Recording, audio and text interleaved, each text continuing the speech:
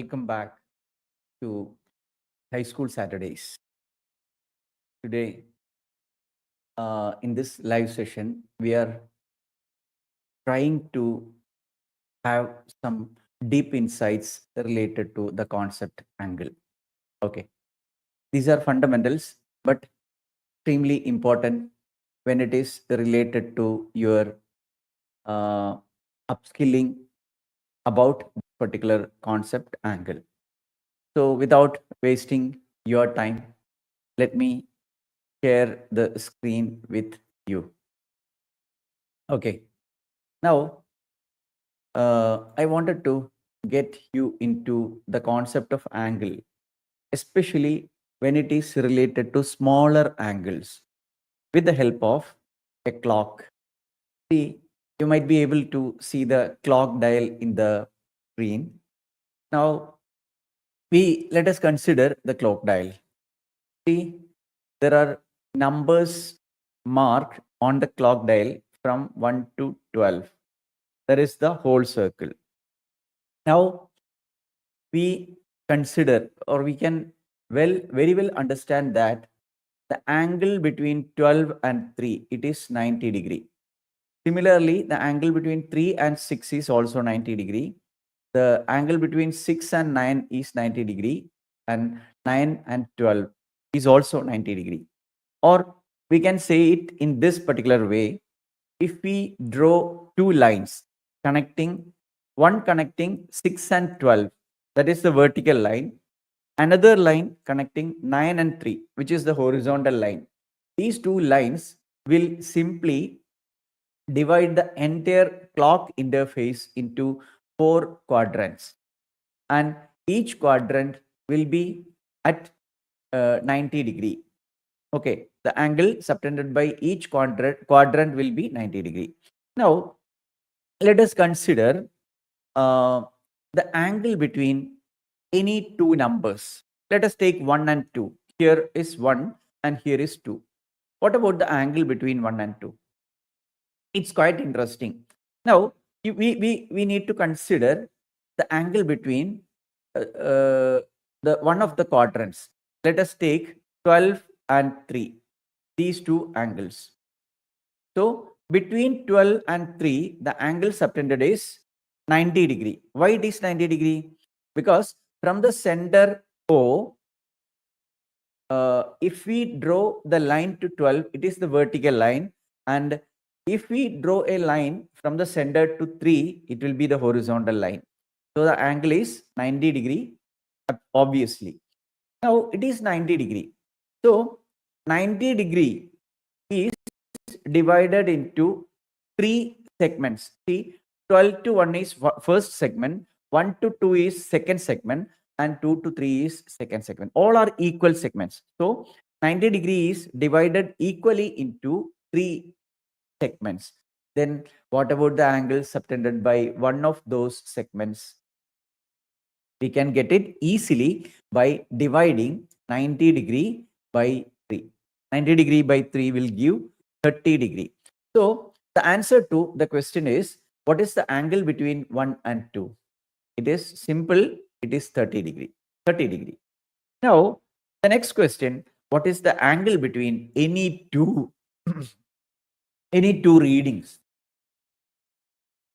We need to consider any two readings means, see, the consecutive readings, any two consecutive readings. See, between 12 and 1 or between 1 and 2, there are 5 divisions. See, one after one, first division, second division, third division, fourth division, and fifth division is 2, comes to be 2. So there are 5 divisions, or the segment between 1 and 2 are divided into 5 equal segments, further subdivided into 5 equal segments. So we know that the angle between 1 and 2 is 30 degree. So that 30 degree is further divided into 5 equal segments or sub-segments. Then here the question is about the angle between angle of one such subsegment. We can easily find it as in the previous case, because we need to divide 30 divided by 5. 30 by 5, what it is? How much it is? 6 degree. 30 degree divided by 5 will give 6 degree. So we will get really excited that we consider 1 degree to be a smaller angle. Okay, but it is even below our imagination, because the angle between any two readings in the clock dial is even 6 degree. So how can we obtain 1 degree? How can we obtain 1 degree? In order to obtain 1 degree, we need to draw two lines from the center of the clock dial to any of the two nearby readings. That is one and the next reading. So they are very close readings. So we need to draw two lines from the center to those particular readings. Now that reading itself subtends an angle 6 degree. So in order to obtain 1 degree, we need to break it down, break the space between those two lines into 6 equal divisions. And one such segment, out of the 6 segments, one such segment will be 1 degree, an angle of 1 degree. So let us think like this. Is 1 degree is the smallest angle, smallest possible angle? Let us think that way. No. Another smaller angle is 1 minute. What is 1 minute? See, 1 degree is need to be divided into 60 segments. So it is beyond our imagination to divide 1 degree into 60 segments. Is it possible? Yes, absolutely it is possible. For that, we need to extend the two lines. Whenever we extend the two lines, they will diverge further. So after extending to some distance, we will get a larger arc, which can easily be divided into 60 segments. Then out of one segment will give 1 minute. And the collection of the entire collection of 60 segments, that is 60 minutes, will constitute 1 degree. That is written here. 1 degree is equal to 60 minutes, or 1 minute is equal to 1 by 60th of 1 degree. 1 by 60th of 1 degree. Now, again, we have even smaller angles, which are called 1 second. Here you note the symbol given to 1 minute. It is a dash above the number 1 minute, 60 minute, 1 minute. Okay. Now we shall deep dive into further smaller angle, which is called 1 second. Actually, this 1 minute is not related to time. This is actually called as 1 arc minute. Arc minute. Okay. Now, then what about 1 arc second? We need to further break down 1 arc minute into 60 equal divisions. How it can be achieved? As in the previous case, we need to take the angle between angle 1 minute, and we need to extend the two lines to some extent. Then we will get a considerably larger arc, and that arc we can divide further into 60 divisions. And one such division out of the 60 will be having the angle equal to 1 arc second. So you think about it, in a clock dial, the smallest measurable angle is 6 degree only.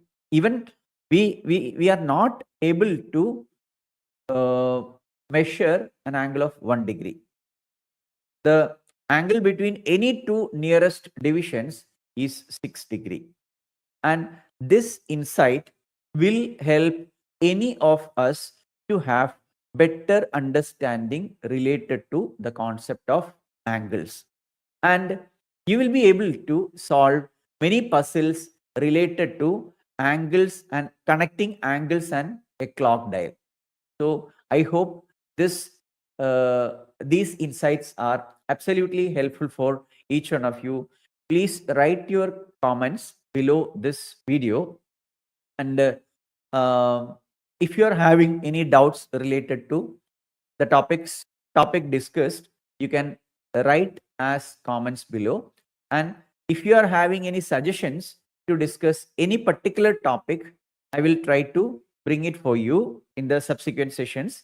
So you can write those as well under this particular video as your comments. Now, I wanted to reiterate the schedule of our live sessions. Every Monday to Saturday, we are coming live. I'm coming live at 6:30 p.m. Mondays and Thursdays are exclusively dedicated for plus one topics. Tuesdays and Fridays are are for plus two topics, and Wednesdays and Saturdays are dedicated for high school topics. Okay. Now, again, coming to Sunday, the weekend, I'm coming live at 10:30 a.m. in the morning. Okay, 10:30 a.m. IST. So on Sundays, I will be discussing something general which connects physics with real life situations. Okay, and which is applicable for anyone. Now, once again, I wanted to tell you that in our broken education system, especially if we consider the learning or mastering physics, it becomes somewhat frustrating for most of the students. Last day, when I was conducting a live session, one of my students, he asked me about a question. The question was about friction, from the topic friction. But uh, she is in class ninth. She was preparing for Olympiads, and she uh, given me a question, which is a previous question asked for Olympiads. And the most interesting thing I found related to that is, see, in class 9, for a class 9 student, he or she is uh, never getting any idea about the concepts of coefficient of friction, coefficient of static friction, kinetic friction, limiting friction, coefficient of static friction, coefficient of kinetic friction. All these are different concepts which are having uh, different understanding, or which are differently defined as well. So the student, she's a brilliant student. She's having deeper insights, but he don't know any of these terms. She knows only about friction. That is what he studied in class 8th and ninth. But she's having no idea about these particular things. But the question asked is, uh, or let me put it in this way, a student will be able to solve that problem meaningfully if he or she is having a clear understanding of these particular topics, like uh, static friction, limiting friction. Concept of friction is a self-adjusting force. Then kinetic friction, coefficient of static friction, coefficient of kinetic friction. Without these concepts, it is impossible for a student to solve that particular question, rather than if he or she had not going for mugging up the question. So a subject like physics, a beautiful subject like physics, if you are trying to mug it up, will spoil the whole beauty of that particular subject. So my point is, we need to have students learning physics or mastering physics with deeper insights and clarity in concepts. Then it will be easy for them, whether an 8th standard student, or a 9th standard student, or a 10th standard student, it will be very easy for them to master the subject. They will not get frustrated when they are moving into +1 or +2.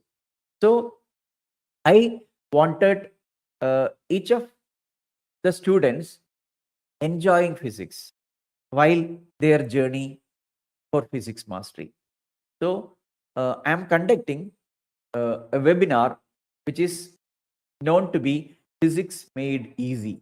It is a 2-hour webinar during which I will discuss, or I will dissect each and every aspect of the difficulties the student facing, how they will be able to overcome that, and various statistics and studies conducted by some of the premier institutions in India, including IITs, AIMS, ISERS, etc. I will be giving such insights to you. So it is a 2-hour webinar. If you are able to attend the webinar, both the student and the parent, it will give you immense insight. So I request each one of you to register for my free webinar called Physics Made Easy by clicking the description given with this particular video. So see you in the next live. So till that time, bye for now.